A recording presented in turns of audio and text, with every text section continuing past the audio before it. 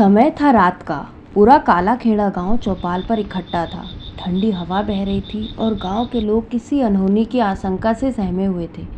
तभी माधो काका ने बीड़ी जलाई और बोले, भाई ये पिशाच की बारात का माजरा समझ नहीं आ रहा है। कौन है ये जो रात को ढोल नगाड़े बजाकर बारात निकाल रहा है? काका, हो सकता है कोई नया डीजे वाला बारात लेकर निकाल रहा हो। अरे नहीं रे, मैंने सुना है जिसने भी इस बारात को देख लिया वो गायब हो गया।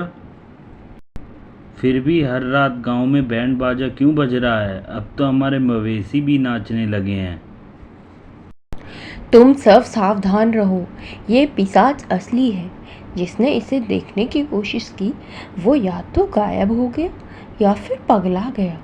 इसलिए मैं तुमसे बार बार कह रही हूँ कि तुम लोगों को हंसी मजाक के बजाय सावधान रहने की ज़रूरत है। शंकर और भोला पिशाच की बारात का रहस्य जानने के लिए खेतों में छिपे थे। हवा की सिरहन थी।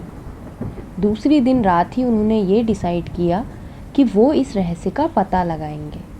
और तभी भोला डरते हुए शंकर से कहता है, अरे शंकर, हम यहाँ तक तो आ गए हैं।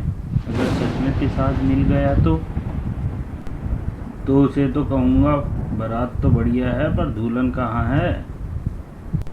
जैसे ही वो वहाँ तक पहुँचे और ये सब वो बातें कर रहे थे, तभी अचानक ढोल नगाड़ों की आवाज़ आती है और दोनों झाड़ियों में छिप जाते हैं। सामने सफ़ेद कपड़ों में हवा में तैरते हुए बाराती नजर आते हैं और भोला आंखें फाड़ कर देखने लगता है और कहता है, ये लोग नाच तो रहे हैं लेकिन इनके पैर जमीन पर नहीं हैं।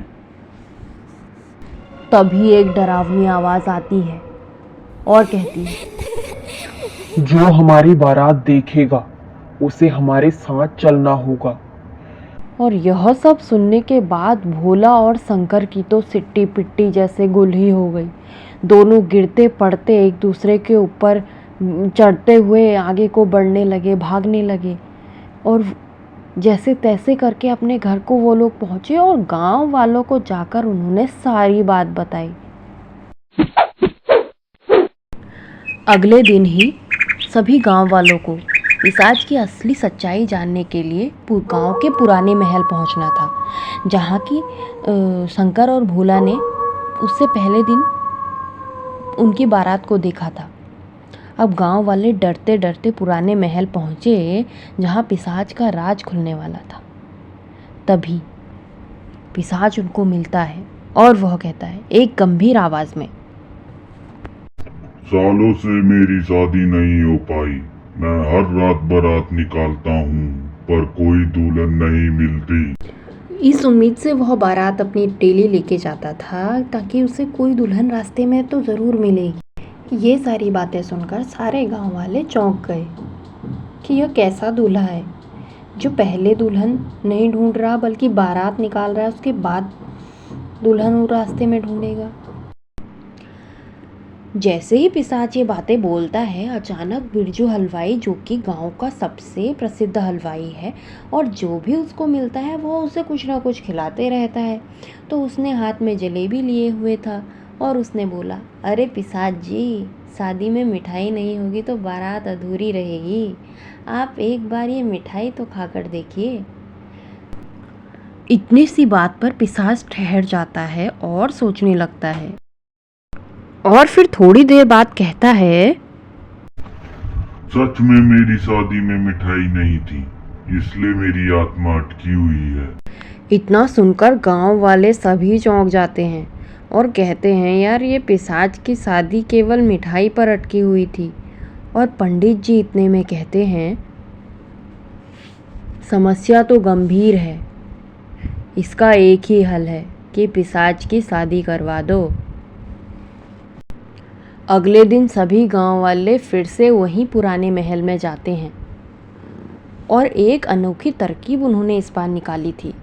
गांव वाले एक गुड़िया को लाल रंग के जोड़े में सजाकर पिशाच के सामने रखते हैं और पिशाच उसे देखकर हैरान हो जाता है और खुश होता है और कहता है, दुल्हन तो बहुत सुंदर लग रही है। लेकिन भैया, सुहागरात के लिए दूध कहाँ से लाओगे? इतना कहकर गांव वाले सभी मिठाई बांट देते हैं और मिठाई खाने के बाद और शादी के बाद पिशाच की आत्मा जो है मुक्त हो जाती है और वहाँ से गायब हो जाती है। अगली सुबह ही गांव में शांति लौट आती है। गांव वालों ने एक बहुत बड़ा खतरा टाल दिया था। अब वे सब निश्चिंत थे। इतने में भोला कहता है, तो हमने भूत की शादी करवा दी और अब शायद वो हनीमून पर चला गया होगा। इतना सब करने के बाद गांव वाले चैन की सांस लेते हैं और सभी अब पहले की तरह हंसते खेलते चौपाल में बैठ जाते हैं और नई नए टॉपिक अब छेड़ने लगते हैं। इस तरह से यह कहानी यहीं ख़त्म होती है।